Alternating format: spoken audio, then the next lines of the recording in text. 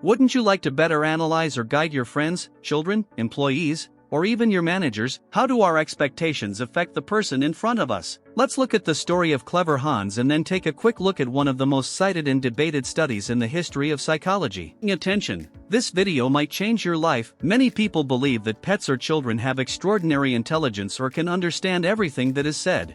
Some people even have extraordinary stories related to this topic. One such unusual story comes from the late 19th century. It's about a man who claimed that his horse possessed remarkable intelligence and even had proof to back it up. William von Austin. He was a teacher and horse trainer. He believed that animals could learn to read and do math. To prove this, von Austin worked with dogs and bears, but his initial attempts failed. However, everything changed when he started working with a special horse, which eventually changed our understanding of psychology. The animal, also known as Clever Hans, could answer questions with 90% accuracy by tapping its hoof. He could perform arithmetic operations and even tell the time and date. Crowds flocked to see the horse, and the case quickly gained the attention of the scientific community. Researchers conducted studies on the horse, looking for signs of deception, but none could find any evidence of fraud. Even when von Austin was not present, the horse could answer questions posed by others. For a while, the world truly believed the horse was intelligent. Then, psychologist Oscar Pfungst began to investigate Clever Hans. He formed a research team and discovered two anomalies. When the questioner blinked or stood behind a curtain, the horse couldn't answer. Similarly, if the questioner didn't know the answer, the horse also couldn't respond. From these observations, Pfungst concluded that Clever Hans wasn't doing mental calculations. He didn't understand speech or numbers in the way humans do. While von Austin didn't intentionally try to deceive anyone,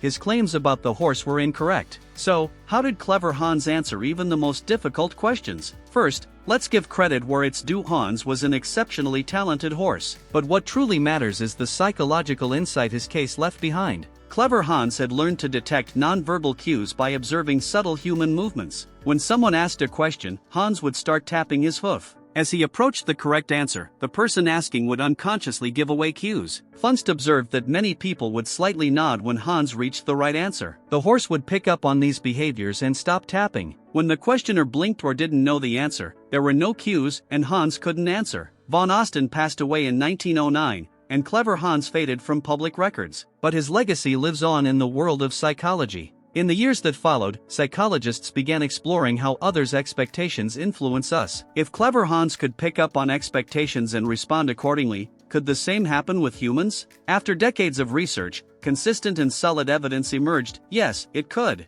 This phenomenon is known as the self-fulfilling prophecy, more popularly, the Pygmalion Effect. But before diving deeper, where does this name come from? According to mythology, Pygmalion was a sculptor who one day decided to create a statue of his ideal woman. He carved it from ivory with great patience and care, and when it was complete, it was said to be more beautiful than any living woman. Pygmalion fell deeply in love with the statue, and suffered greatly knowing she was not alive. He made offerings and prayed. According to legend, Aphrodite answered his prayers and brought the statue to life. They married and lived happily ever after. Inspired by this myth, the Pygmalion effect or self-fulfilling prophecy refers to how people eventually behave in ways that match others' expectations of them. The idea is simple: the more we expect or believe in something, the more likely it is to happen. When we form expectations about how someone should behave or who they are, we begin to treat them accordingly. If we think a person is warm and friendly, we act warmly toward them. If we believe someone is cold or distant, we become reserved, which in turn may cause them to respond coldly. Even though the person wasn't actually distant, our behavior shapes theirs,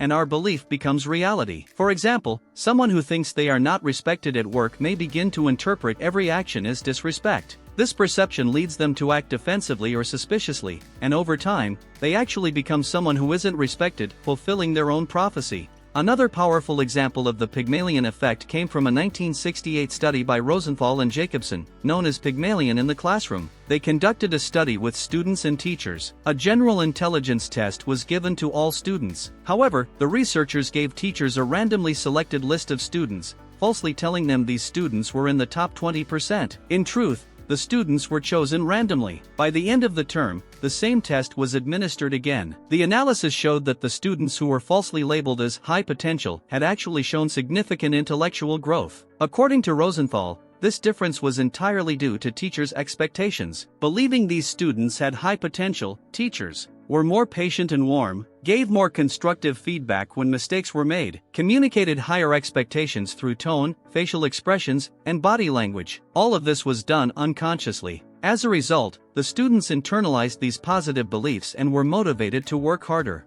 The quality of interactions changed, not the amount of time spent with students. This is a clear answer to the question, how can high expectations lead to high performance? The prophecy, if you believe in a child, they are more likely to succeed, came true, the Pygmalion Effect in full force. This same effect appears in the workplace too. For instance, if a manager believes an employee has great potential, they naturally assign more responsibility, give better feedback, and invest more in that person. This creates a positive feedback loop that boosts the employee's growth. On the flip side, low expectations lead to negative feedback loops and reduced performance. In other words, your expectations shape the direction of the outcome, positive or negative. Final words, the idea that our expectations shape others is an undeniable fact. But there's a point worth noting, balance is key. Setting overly high expectations can lead to stress and even backfire. Just like in every part of life, moderation is essential here too. So, we understand how expectations toward others affect their performance. But what about the expectations we hold about ourselves? Whether it's about others or ourselves, beliefs shape behaviors, and behaviors shape performance.